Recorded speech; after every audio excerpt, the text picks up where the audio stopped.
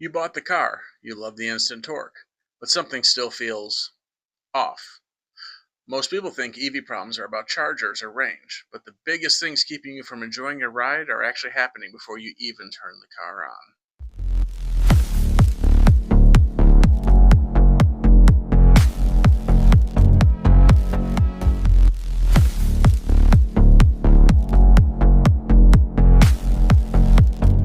Look, I get it. You bought an EV because the tech is cool, the drive is better, and let's be honest, leaving the gas station behind feels great. But lately, owning one of these is starting to feel like a second job. Between the headlines telling you the grid is collapsing and the forums telling you that you're charging your battery wrong, the actual joy of driving has been buried under a mountain of noise. I spent thousands of miles behind the wheel. I've reviewed the chargers, and I've talked to you at the plugs. What I've realized is that the biggest hurdles to enjoying your EV aren't the charging speeds or the range, it's the mental traps we've all fallen into. Today we're clearing the air. I've put together 5 specific things you need to stop doing so you can get back to actually liking your car. Let's start with the loudest problem first.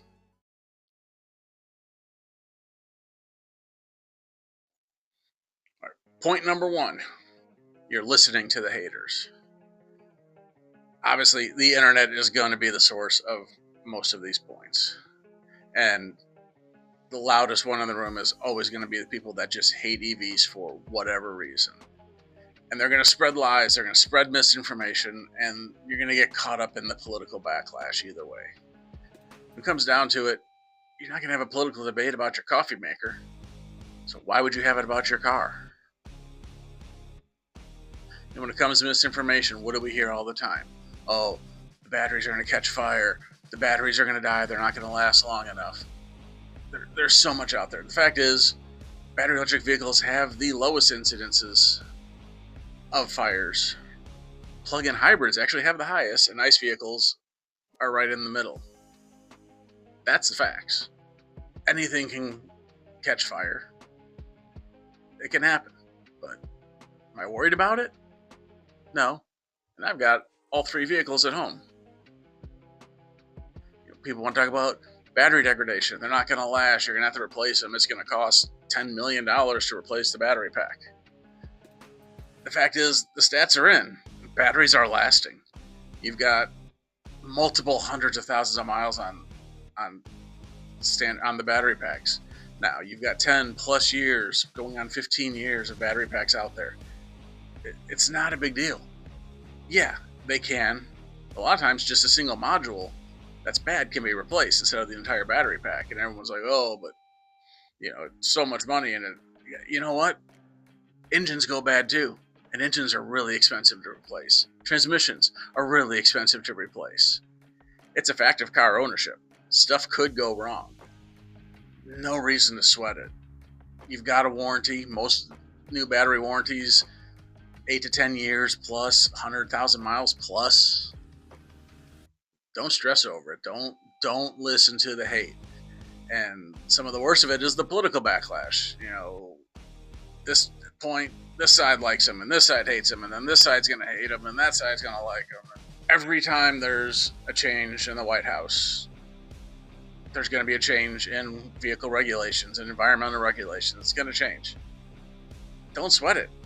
Just enjoy your car. Most of the people spreading the most hate have never even been in the driver's seat of an EV.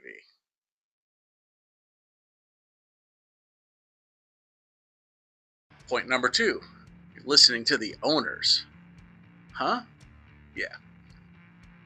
It's the echo chamber effect. You're gonna get people, we all love our cars. We want to love our cars. Some people might just love their car a little too much. Some people just get a little too into it. And I've seen it across all brands. I'm not picking on anyone that I know you're thinking about. I'm not going to say it. But I've seen it. I've seen it in the Mach-E forums. I've seen it on Rivian pages. You're going to get those overzealous owners that think they made the right choice. And if you didn't make the same choice, there's no way you possibly could have the best car or the better car, because they have the best car, the better car. The fact is, everybody chooses their car for different reasons. When I bought my Mach-E, I had other options. Model Y, Model Uh, 3, Bolt,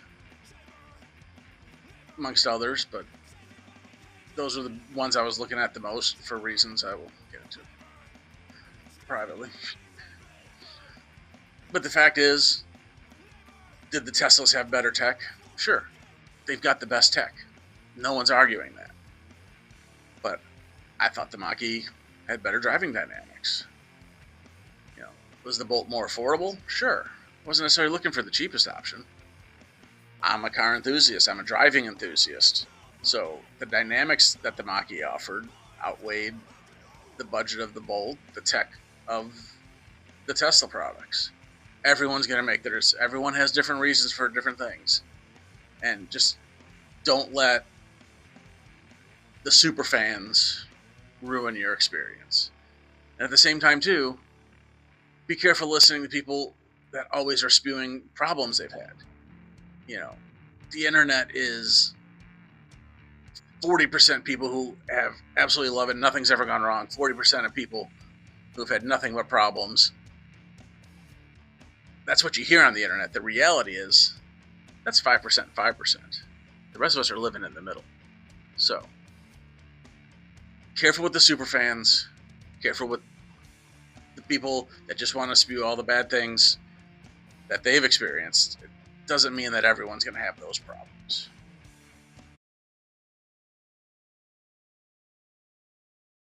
Point number 3. Things might seem a little muddy, but trust me, it'll be clear at the end. The third point is you're not asking enough questions. You're not asking questions at all. Forums are important. Yes, you're going to have your super fans. Yes, you're going to have your super haters. But especially if you're a new EV owner, you're going to have questions. And you're going to get on there and you're going to see people ask questions. And there's going to be people jump on like, oh, we've heard this a million times. Or, oh, you could have done blah, blah, blah, blah, blah, blah, blah, blah, blah, blah. If you have a question, you need to ask it.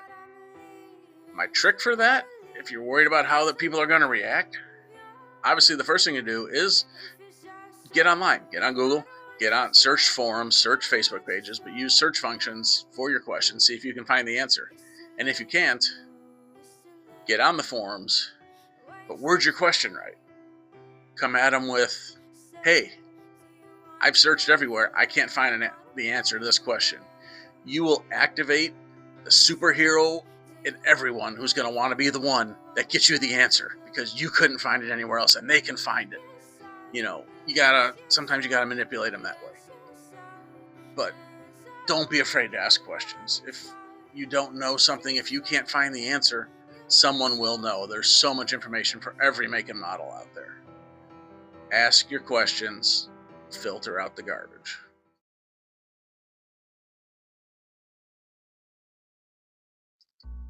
Point number 4 that's keeping you from enjoying your EV is not talking to the owners. Wait, didn't I just say one of the problems is you're talking to the owners, you're listening to the owners? Stay with me.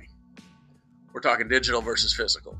When I say talk to the owners, I mean when you're at a DC fast charge station, get out of your car, interact, look around, talk to people. Online, you're going to hit the keyboard warriors. In person, you're going to meet some of the most friendly, welcoming, sharing group of people that you'll ever interact with. I have had so many great conversations at chargers just by not hiding in my car. You know, if you see someone plugging in, you're like, hey, what's your charging curve? Or, just ask them a quick question. We love talking about our cars. And when you're face to face with someone, you're going to get the best of them. They're not going to be all this and that and that. No. Talk to people when you're out in public. Talk to other owners. You're going to learn so much from people. You're going to ignite the passion in them, and they're going to ignite that passion back in you.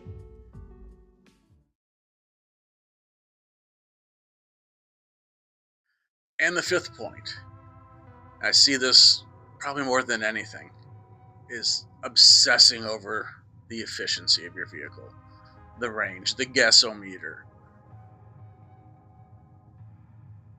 Enjoy the car.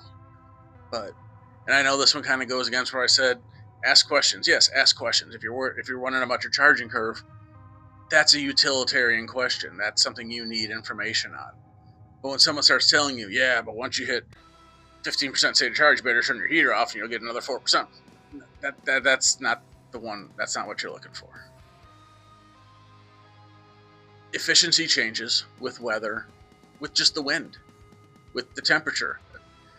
But just because you're getting 40 less miles per 100% charge on your gasometer in the winter as opposed to the summer, it's just a calculation. Your battery's not degrading. So when you were driving a gas car, you didn't stare at the gas gauge every 30 miles and see, oh, did it go down faster than it did before? You just drove. You enjoyed the drive. You've got route planning. It's going to take care of your stops. You should have an idea already where you're going to get, how you're going to go. Things are going to change, but I see it way too many times. It's when you're obsessing over every last mile per kilowatt hour. You're obsessing over every bit of range. It's just stealing the fun from the drive. So turn it off. Put a piece of tape over the range meter. Turn off your screen or put something else on the screen. And just drive. It'll be fine.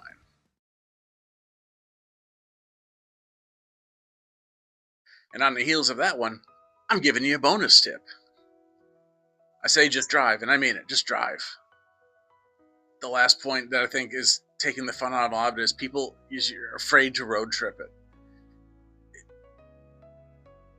They're great. I love driving my Mach-E as far and as long as possible. There's plenty of chargers out there. You're not gonna not find a charge when you need it. Do your research. Get out there. Get out there this weekend. If you haven't ever road tripped your EV, just do it. Doesn't have to be across country. I'm in St. Louis. Maybe you'll go up to Chicago. I know I can. I do it all the time. 1 to 2 stops, both directions. Piece of cake. But that's the final thing I think keeping a lot of people from enjoying their EVs. So they're just afraid to drive them, and don't be. They're great cars, and you're gonna find a charger. Get out and drive.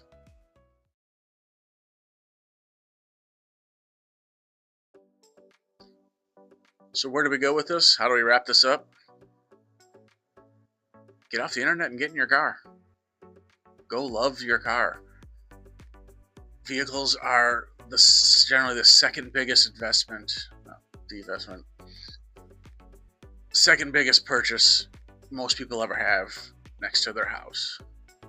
And if you're not enjoying it, maybe you're doing it wrong. I don't want to be that negative about it.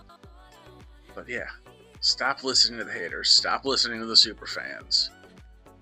Talk to the people face to face and get out and use your EV. It's a great experience. I'll see you on the road, please. And if you're still unsure about your next step, go through some of my other videos. I posted a great 101 class just to get through all the jargon, teach you a little bit about home charging, road tripping, public charging. That's a good one. Check out some of my road trip videos if you want to see what it's like road tripping an EV and you haven't done it. You know, some of them are going to pop up here. Whatever YouTube thinks is a good video for you is going to be right here in a minute. So, with that, all the same stuff at the end. If you found this helpful, interesting, give it a like. If you haven't subscribed yet, please do.